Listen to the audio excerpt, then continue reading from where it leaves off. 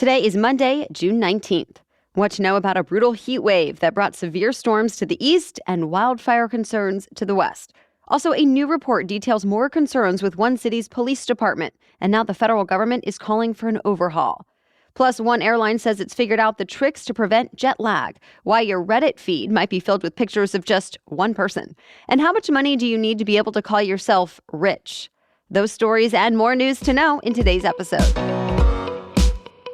Welcome to The Newsworthy. All the day's news in around 10 minutes. Fast, fair, fun, and on the go. I'm Erica Mandy. Thanks so much for being here. You ready?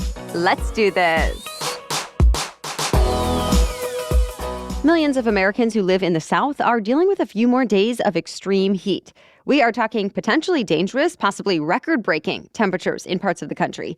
Already, this heat wave caused a lot of trouble as it rolled in. It triggered severe thunderstorms from Oklahoma to Mississippi, and there's a risk for more storms today.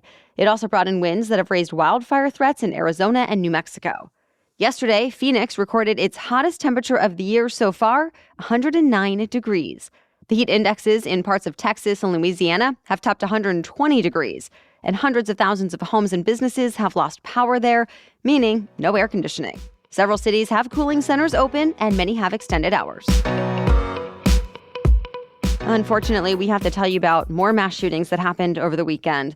First, in Washington state, police say a shooter randomly fired into a crowd at a state campground. They were all gathered for the nearby Beyond Wonderland Electronic Music Festival.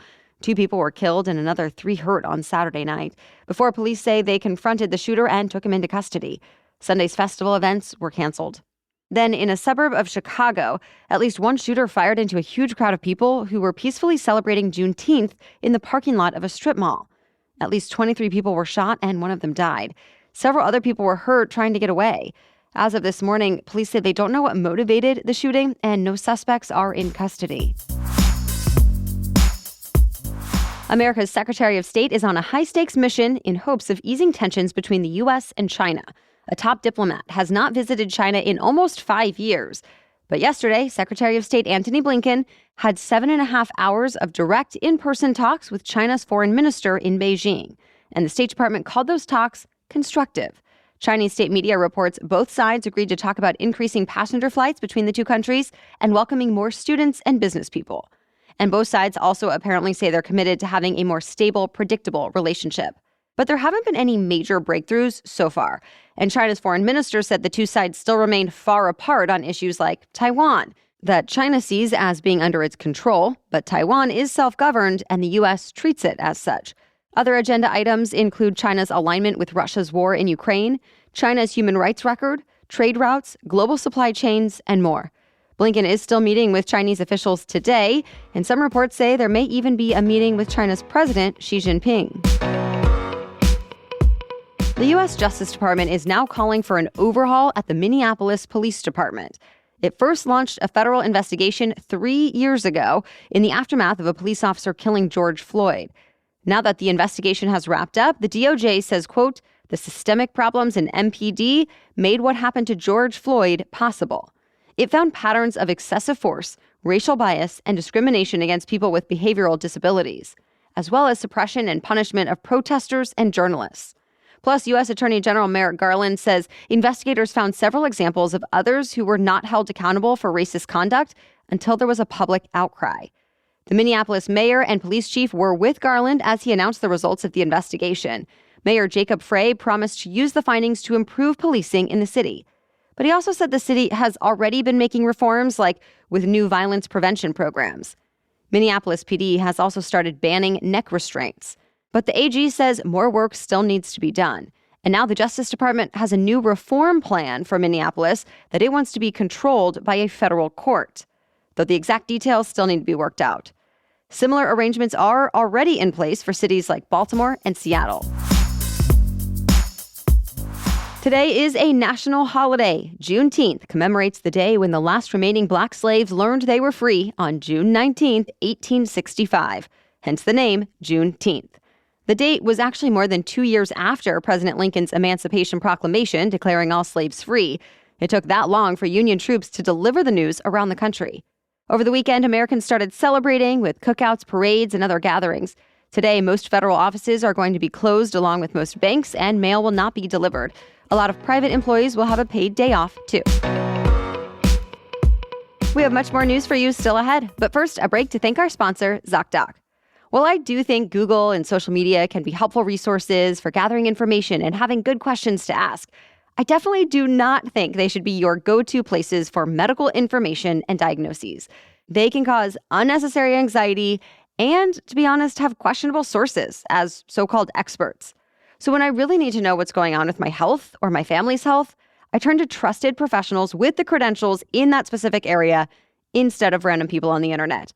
And ZocDoc offers a great way to find some of those actual experts that are nearby, available, and take your insurance. Yes, ZocDoc is the only free app that lets you find and book doctors who are patient-reviewed, take your insurance, are available when you need them, and treat almost every condition under the sun. No more scouring the internet for unclear and conflicting answers. Join the millions of people already using this free app. Go to ZocDoc.com/newsworthy and download the ZocDoc app for free. Then find and book a top-rated doctor today. Many are available within 24 hours. That's ZocDoc.com/newsworthy. ZocDoc.com/newsworthy. One airline now says it's figured out how to reduce jet lag, and it's making in-flight improvements before offering the longest direct flights in the world. Qantas Airlines worked with researchers from the University of Sydney to test some volunteer travelers. They made some changes, like setting the cabin lighting to help people adapt to the time zone of their final destination.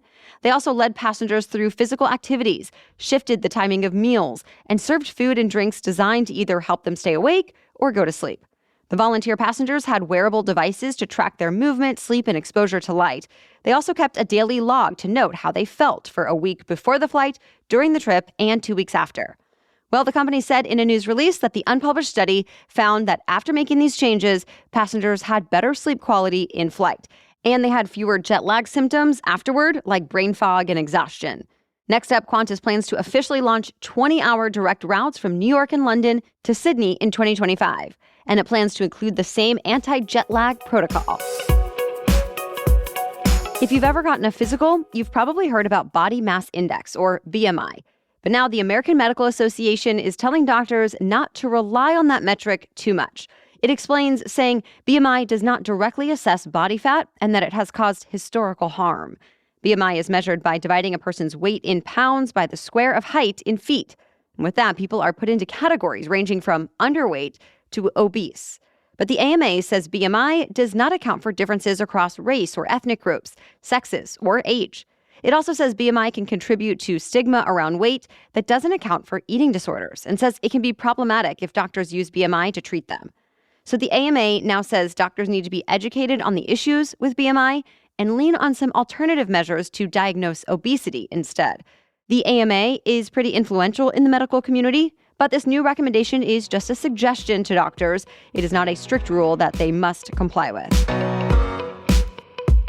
The protest on Reddit we told you about last week has taken a strange turn.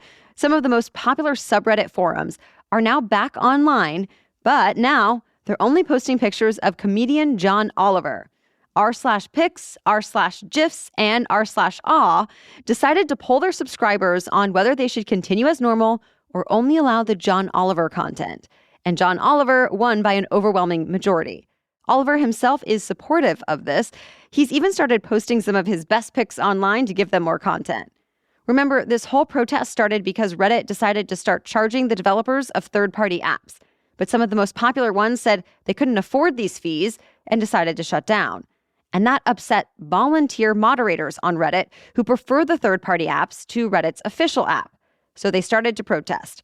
Still, Reddit shows no signs of backing down. In fact, the company's CEO has said the moderators are too powerful and says he plans to implement changes, allowing members to vote them out. To be continued. This weekend at the box office defied trends that we've been seeing at the movies lately. There were 2 big new releases that were, at one point, expected to be big highlights of the summer blockbuster season. A superhero movie from DC Studios and an animated movie from Pixar. But they both fell way short of expectations.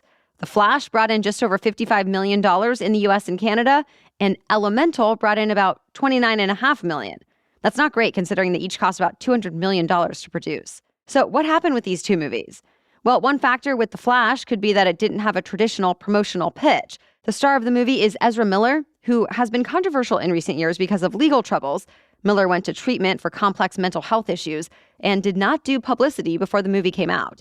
Then there's Elemental, which landed by far the worst start in modern history for Pixar. The head of the theatrical distribution at Disney says it's because movies based on original stories and characters are just struggling right now. Sequels and remakes, or at least movies with familiar characters, like the new Mario Bros. Movie, seem to be the biggest draws. The next big anticipated releases of the summer include the new Indiana Jones at the end of this month and the latest Mission Impossible next month. That's it for the main news, so now it's time for Money Monday, when we talk about one interesting money-related news story. But first, a quick break to thank our sponsor. HelloFresh offers farm-to-table quality with every box, offering seasonal recipes and pre-portioned ingredients. And that kind of quality is really important to me. I'm talking seasonal ingredients picked at peak ripeness that travel from the farm to your doorstep in less than 7 days. So it's fresh and it's flavorful. On top of that, I appreciate the quick and easy meals, including fast and fresh options that are ready in just 15 minutes. We recently made Parmesan chive chicken and potatoes with mixed greens and honey Dijon dressing, and we went from opening the box to eating a delicious homemade meal so quickly. No scouring the internet for recipes or searching the grocery store for chives that I'll probably only use one time. And yet I get to offer my family this unique, tasty meal with the kind of food and seasonings that I might not otherwise buy or spend time making. No wonder HelloFresh is America's #1 meal kit. And by the way, Green Chef is now owned by HelloFresh, so no matter which you choose, there's something for everyone. So go to HelloFresh.com/newsworthy16 and use code newsworthy16 for 16 free meals plus free shipping. Again, go to HelloFresh.com/newsworthy16 and use code newsworthy16 for 16 free meals plus free shipping. Now back to Money Monday. Well, today we are talking about being rich. Of course, rich can mean different things to different people. So exactly how much money do you need in the bank to be able to call yourself rich, at least financially? Well, according to the Modern Wealth Survey from Charles Schwab, the magic number is $2.2 million. The survey polled 1,000 Americans between the ages of 21 and 75. Still, they didn't all agree on what it means to be rich, and they might not really know themselves. Charles Schwab says when people are asked for a dollar amount, they tend to not put in the context of the rest of their lives, like how much debt do you have and how many people are in your family. How wealthy people feel is also influenced by their peers. Almost half of the people who responded to the survey said being able to afford a similar lifestyle to their friends makes them feel rich. And more than a third of those who use social media say they compare their lifestyles to what their family and friends post online. Of course, wealth goes beyond net worth. Nearly 2/3 of people said having healthy relationships with their loved ones and good health describes wealth to them better than having a lot of money. All right, thank you so much for listening today and for sharing the show with others. We'll be back with much more news to know tomorrow. For now, have a great day.